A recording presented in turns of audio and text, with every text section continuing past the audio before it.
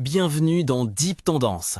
On est le 29 décembre 2025 et si vous avez dormi ce week-end, vous avez raté le séisme de la CAN au Maroc. Léa, la deuxième journée s'est achevée en apothéose avec le duel que toute l'Afrique attendait. Cameroun face à Côte d'Ivoire. Bonjour Ben, bonjour à tous. Un choc qui a tenu toutes ses promesses au grand stade de Marrakech. Lions indomptables contre éléphants, le score 1-1. Un match nul qui ne qualifie personne mais qui prouve que ces deux géants sont venus pour le trône. Quelle intensité! On a vu une première période d'observation, mais la seconde a explosé. C'est le prodige Amad Diallo qui a ouvert le score pour la Côte d'Ivoire à la 51e minute. On pensait les éléphants partis pour la gloire, mais le Cameroun n'est jamais aussi dangereux que quand il est blessé. Exactement Ben. 5 minutes plus tard, Tchamadeu égalise sur une frappe déviée qui lobe le gardien ivoirien. Le stade était en feu. On a même aperçu Kylian Mbappé en tribune pour applaudir le spectacle. Ce nul laisse le groupe F totalement ouvert. Le Cameroun et la Côte d'Ivoire ont 4 points chacun, talonnés par le Mozambique. La dernière journée sera une finale. On marque une pause tactique pour parler de l'actualité qui fait bouger les enceintes.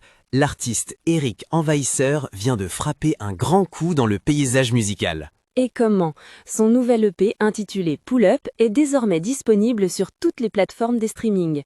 Pour accompagner cette sortie, le clip officiel du titre Message vient d'être mis en ligne sur YouTube. C'est du lourd, une réalisation soignée et un texte percutant. Et n'oubliez pas, pour rester dans l'ambiance de la CAN, son morceau Allez Léopard en collaboration avec Chris Mann est toujours disponible pour pousser notre équipe nationale. Allez donner de la force à ce projet Pull-Up. Tour d'horizon de la deuxième journée. Les grands s'affirment. Ben, il n'y a pas eu que les beaux-frères, on a eu d'autres résultats majeurs. Nigeria 3-2, Tunisie. Le match de la journée. Les Super Eagles sont qualifiés pour les huitièmes après un duel d'anthologie. Égypte 1-0, Afrique du Sud. Les Pharaons passent en huitième dans la polémique après un pénalty non sifflé pour les Bafana Bafana qui fait encore parler sur X Twitter. Maroc 1-1, Mali.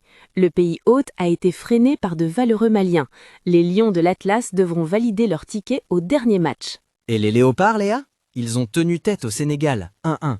On a vu une RDC impériale en défense, bloquant Sadio Mané pendant presque tout le match. Le but de Bakambu nous a fait rêver avant l'égalisation sénégalaise suite à la malheureuse crampe de Masuaku. La RDC montre qu'elle peut compliquer la vie des plus grands par son bloc tactique. Mais attention, dans notre groupe, le Bénin a battu le Botswana 1-0. Les Guépards reviennent à la charge. Rien n'est fait pour la qualification, la RDC devra sortir les griffes pour le dernier match de poule.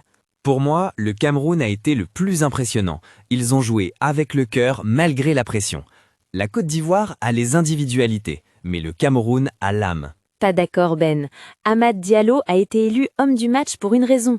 Il a survolé la rencontre. Si la Côte d'Ivoire avait été plus efficace devant, elle aurait gagné 3-1. Le Cameroun a eu de la chance sur son but dévié. La température monte au Maroc et dans vos écouteurs. Commentez. Qui a été le plus fort selon vous? Le Cameroun, Lion ou la Côte d'Ivoire, éléphant? Likez si vous avez déjà ajouté l'EP Pull-Up d'Eric Envahisseur à votre playlist. Partagez cette vidéo pour soutenir les Léopards avant leur match décisif. Et abonnez-vous à Deep Tendance pour ne rien rater des huitièmes de finale. Merci Ben, et surtout, restez connectés au rythme de l'Afrique. Merci Léa, à demain pour de nouvelles analyses.